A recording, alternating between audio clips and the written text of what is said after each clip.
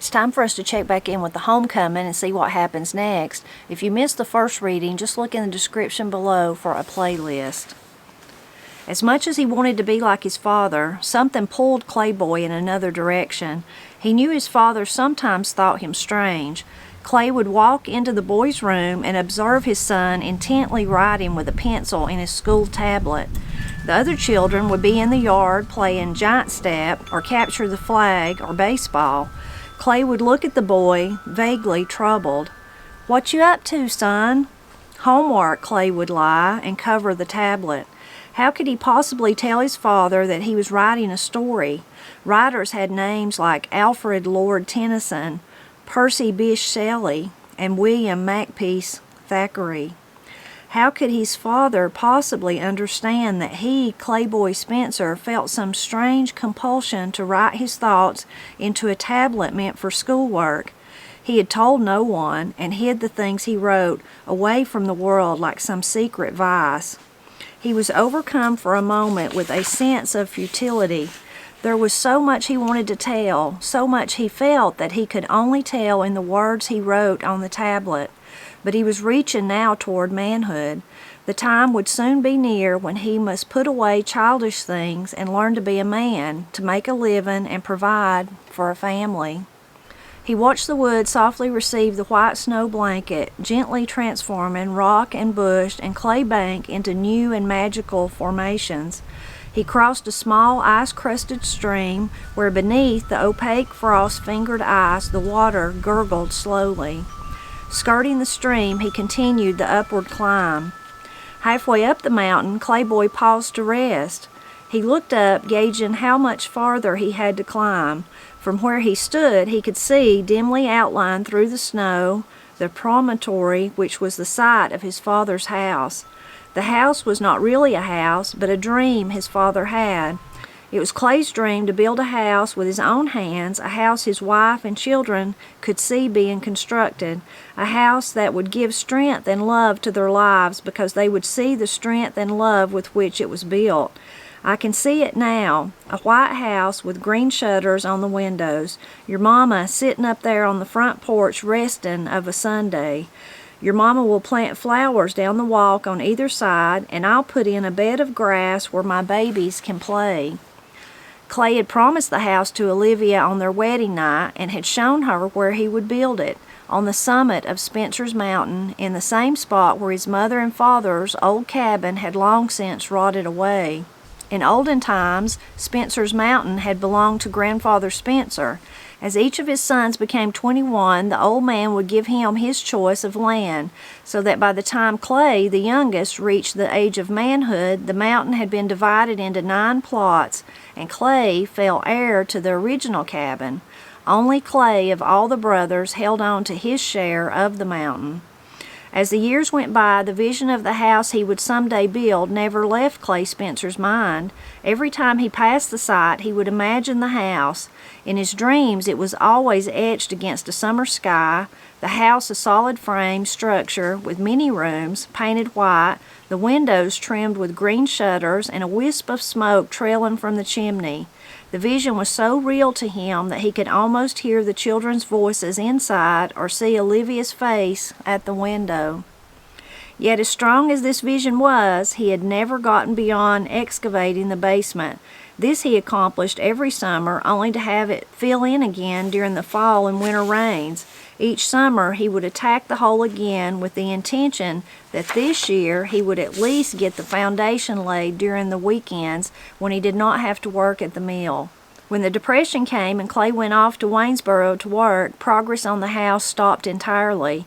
Snow had covered the site of his father's dream house when Clayboy arrived there. He had saved himself the trouble of toting an axe, knowing his father kept one with the other tools he stored on the mountain to build the house with. Clayboy found the snow-shrouded mound where the tools were stored. With mittened hands, he pushed aside the frozen tarpaulin and took out the axe. Holding the axe carefully, the way his father had taught him to carry it on slippery ground, Clayboy set out across an open field which in his grandfather's time had been planted in corn. Next he passed through what had been an orchard. A few of the old peach and apple trees still remained, but they were old and neglected and bore little fruit. His grandfather had cleared the land to the edge of a pine forest. Reaching the edge of the stand of pine, Clayboy skirted the forest for nearly half a mile and continued on to another large open field which had formerly been used to pasture cattle. The place was a high meadow. In the summer it was filled with the scent of sun-hot clover, but now it was a long and lonely expanse of snowy field. The meadow was dotted with many trees, but Clayboy went directly to one of them. The tree was 6 feet tall, a perfectly symmetrical eastern hemlock. Even in the brisk winter air, Clayboy could smell its pungent evergreen scent. He and Mama and the children had come upon it last summer on a berry-picking expedition. They had agreed, even that long ago, that this particular hemlock was to be this year's Christmas tree. Whenever some chance brought them to the mountain, they had visited it and envisioned it standing in the corner of the living room, festooned with ropes of silver tinsel and hung with ornaments of red and green and gold, crowned at its very tip with the silver star which had been in Grandma Spencer's family for generations. Getting down on his hands and knees, Clayboy crawled under the tree to examine the trunk. He discovered there a secret world. The upper branches of the tree had caught the snow so that none had fallen on the earth below. A thick circle of needles covered the ground, and the lower limbs dropped at their tips to form a small tent-like enclosure. No wind reached him there, and Clayboy felt the way he imagined it might be in an igloo. There were rabbit droppings in spots and a small pile of pine wood knots. Clayboy guessed that his father might have thrown the pine knots there to hide them, for they caught flame readily and made good starting wood for a fire. Clayboy was still for a moment, imagining the feeling of sanctuary a small animal might enjoy if it sought refuge there or stopped for a moment to rest. Clayboy was examining the base of the tree to determine just where to make his first cut with the axe when in the periphery of his vision he detected movement. He felt an involuntary sense of fright because he had thought himself to be alone. He turned and drew in his breath excitedly at what he saw. At the edge of the pine forest was a female deer. She stood, Clayboy guessed, about shoulder high. Her coat for the winter had turned a bluish brown, except for the inside of her ears and the throat patch, which were pure white. She was fully grown and looked to weigh from 150 to 200 pounds. She raised her head, her black, moist nose pointing to the sky, and since he was downwind from her, Clayboy knew that she had no ideal of his presence. Satisfied that the field was free of danger, the doe started across it in rhythmic leaps. From time to time she would stop and gaze about searchingly. Clayboy wondered what had brought her there.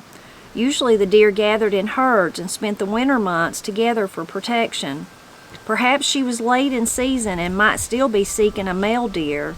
Or it could be that she had been separated from the herd by a dog or hunters or a wildcat, and she was trying to locate the herd again before the dark winter set in. Spellbound by the sight of the deer, Clayboy lost all sense of time. The doe continued toward him in a graceful, undulating motion, setting her thin hooves down in the snow in a sure and elegant unison. Clayboy was glad he had not brought a gun. The family could have used the venison, and he might have been tempted to shoot her. He decided that she was simply out for her evening feed, for about 100 feet from where Clayboy hunched in his hideaway, the doe stopped and began to graze on the tips of a persimmon grove. Some frost-blackened persimmons still clung to the tree. She ate these first, swallowing seeds and all. Then she began chewing off the softer and younger twigs and branches. Clayboy drew in his breath and caught the faint scent of wild, musky game.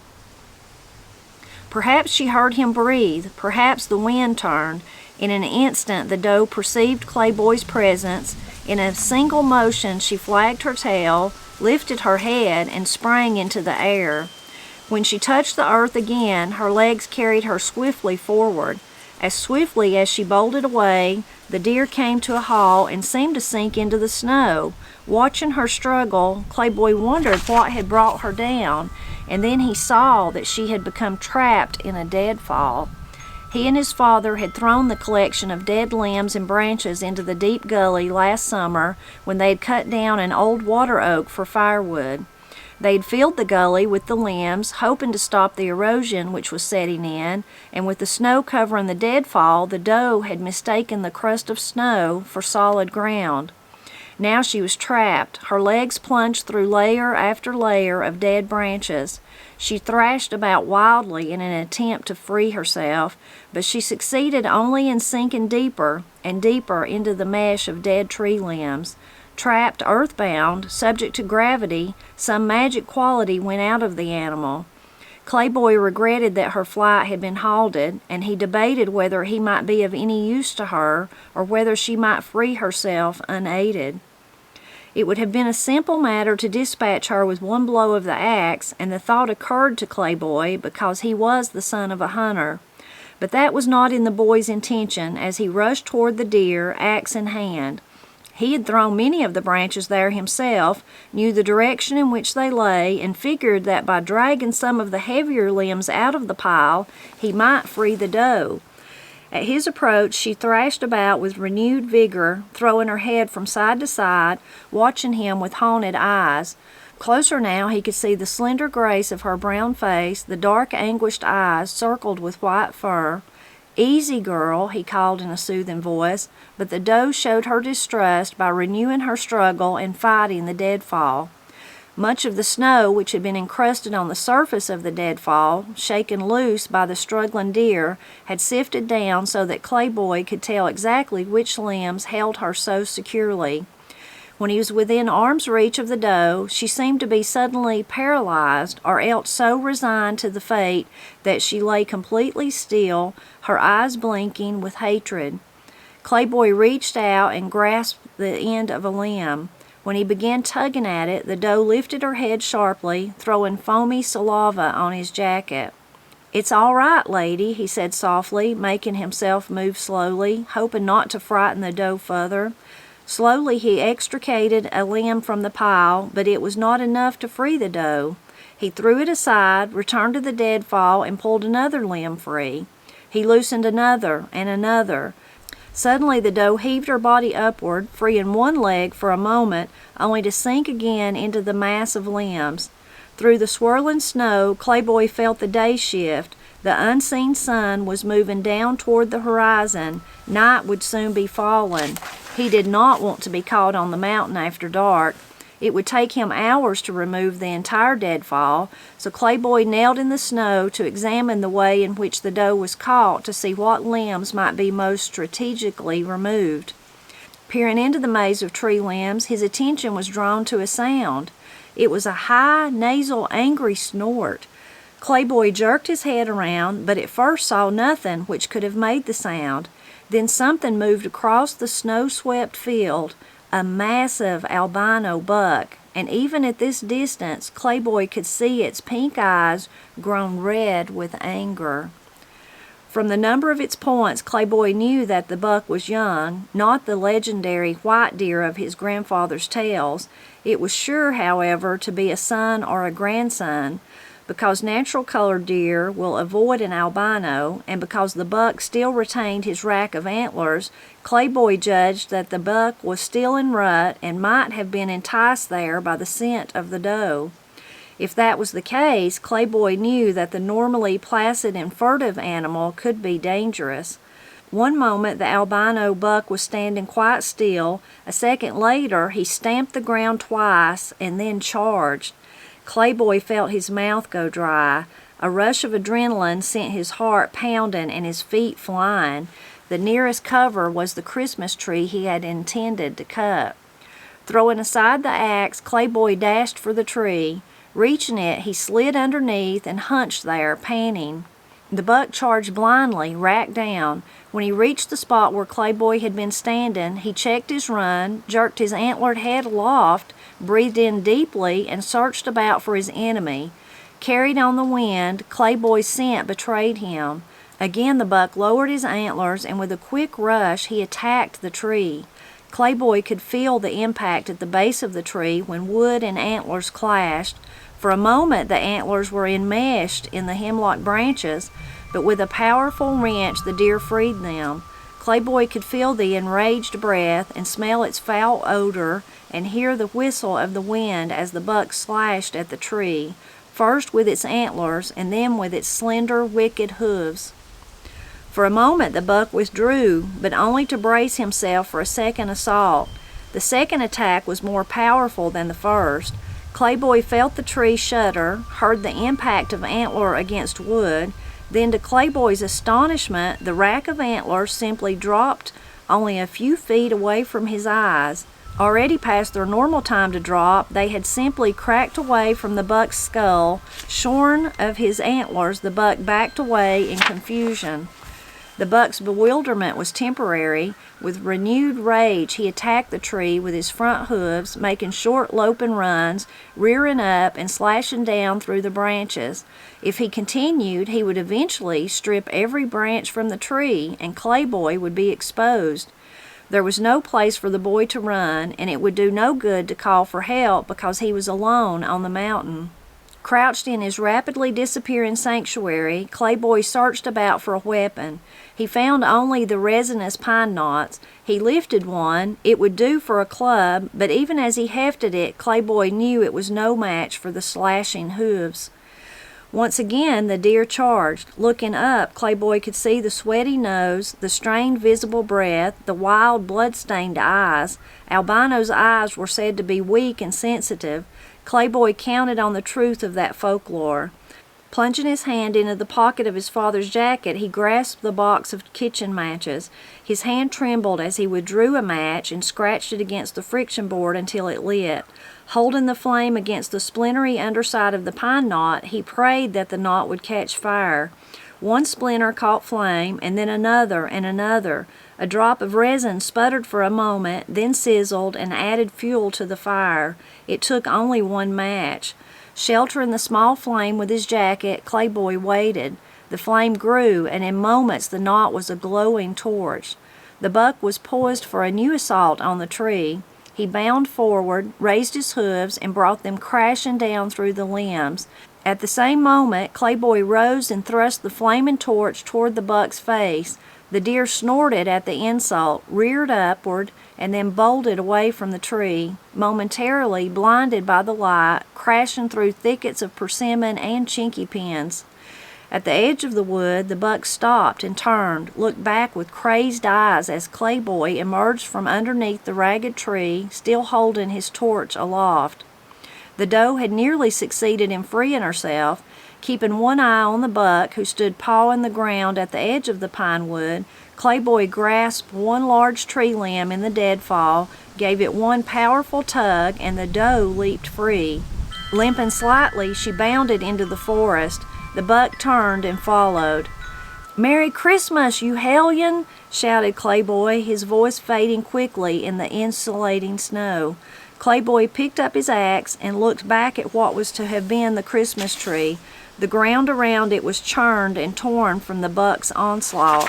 The tree itself had been ruined, but Clayboy was grateful for the protection it had afforded him.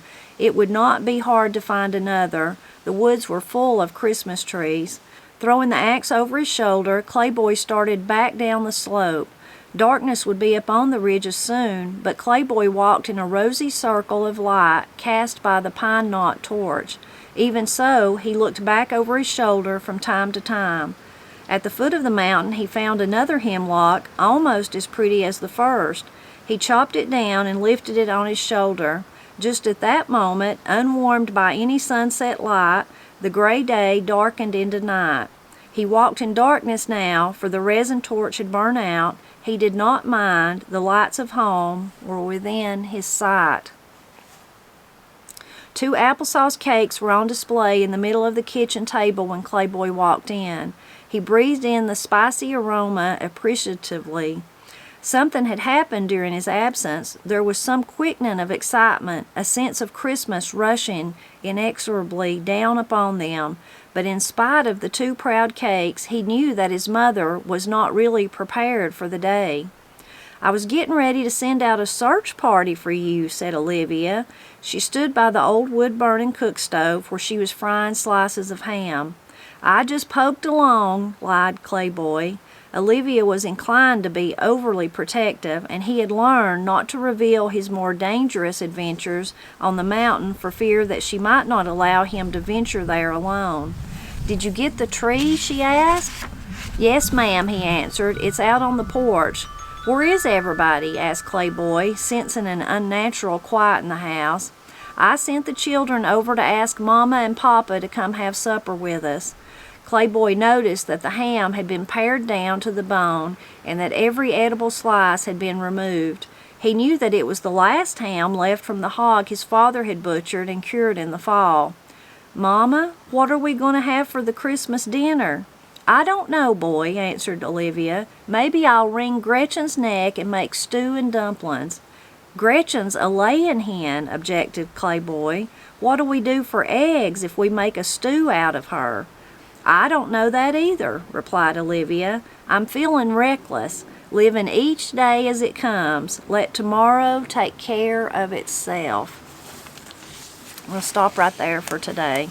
A very exciting part of the book here. Can you just imagine Clayboy up on the mountain in the snow? And I love the part of him finding underneath the hemlock tree, the little secluded spot where the snow has not fallen, and he sees the pine knots, and he can tell a rabbit's been there, and he just feels safe and sheltered from the rest of the world. I really love that imagery. The author's really good at describing that, and the deer, how the deer was beautiful. She was bounding across the field there, and then when she got stuck in the deadfall, how you can just picture her trying to get out.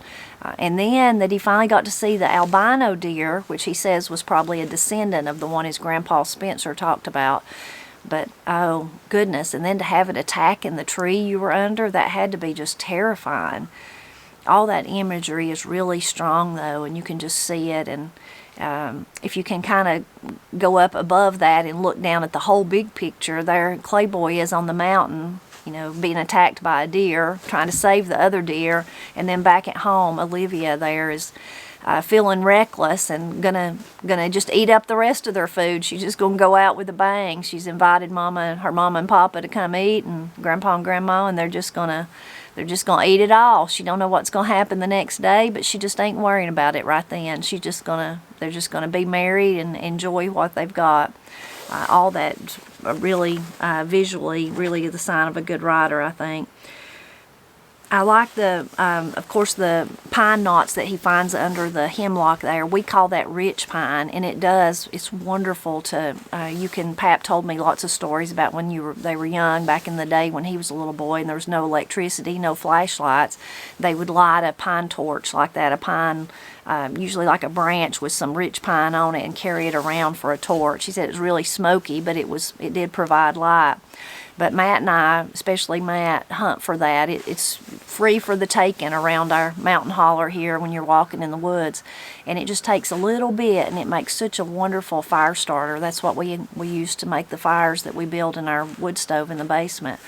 So I liked that part of I liked that it mentioned them, but also the thought of Clayboy said he knew his daddy probably threw them there, like keeping them safe, because he knew those were valuable, and then he would, he'd come back and get them later or whatever, is kind of what the author's implying. When Granny told me when we first moved here to Wilson Holler, and her mother, Gazzy, my Granny Gazzy, come up and spent about a week with them. And she said they were out walking around, and they were walking where Pap was going to build his garden. And she said that Gazzy said, "Oh my goodness, there's just rich pine for the taking around this place. This is going to be the best place. You've really done good, Luzine. This is going to be a fine place to live." Of course, Granny Gazzy comes from the days of when you had to build a fire for everything you did. So her eye was looking at the wealth of the rich pine. I don't think Granny's ever built a fire in her life, my mother, Granny. But Granny Gazzy, that's one of the things that she noticed right away. So I like that part of knowing that Clayboy's father put those there. And boy, wasn't it a good thing, because then they ended up helping him out that day. I guess my favorite part of this, it's really exciting with the deer, and seeing the beauty of the deer, and then it being trapped, and then the buck coming to attack the albino. But my favorite part is just the way he's describing Clayboy is when he's walking up the mountain there, and he's talking about the house that his daddy can't quite get built, but he's remembering that that was cornfields, and that was an orchard, and the land had been cleared all the way to the pine trees for a pasture, and even where there was the high meadow that was more pasture. And he knew all that because of his family, because those things had been passed down, that knowledge had been. I really love that. It really speaks to that connection, the sense of place, sense of belonging to the land that is alive and well, is certainly in those days in the mountains of Appalachia, and I'm sure other places too, but I can only speak to here. But definitely, even in my lifetime, I think that when me and Matt go up the creek, I know where Paps showed me where there used to be cornfields, where there used to be houses. I think about my family, Pap and my grandparents, my uncles, my cousins, even myself, walking those trails when I was a child, and all of us over the years. There's just such history. So that was really nice, that introduction there to me, him talking about, you can just feel that he belongs to the mountain. And even at the end there, when he's not going to tell Olivia all that exciting stuff that happened, because he says if he does, she might not let him go back to the mountain. So you can see that sense of place through the family, through Clayboy, that generation, but then also through his father, who wants to build that house there on the land that was once his parents, where their cabin was. I hope you enjoyed this part as much as I do. Please leave a message and let me know what jumped out at you, and I hope you'll drop back by. Let's see, I'm going to get confused about my Fridays and Mondays, but when you drop back by this time, it'll be Monday, or whenever you get a chance to listen, and we'll see what happens. We've got to see if Christmas is sounding awful bleak, even though they've got the tree. Olivia's just cut up the last of the ham and thinking about stewing the laying hen, so we've got to see what happens next.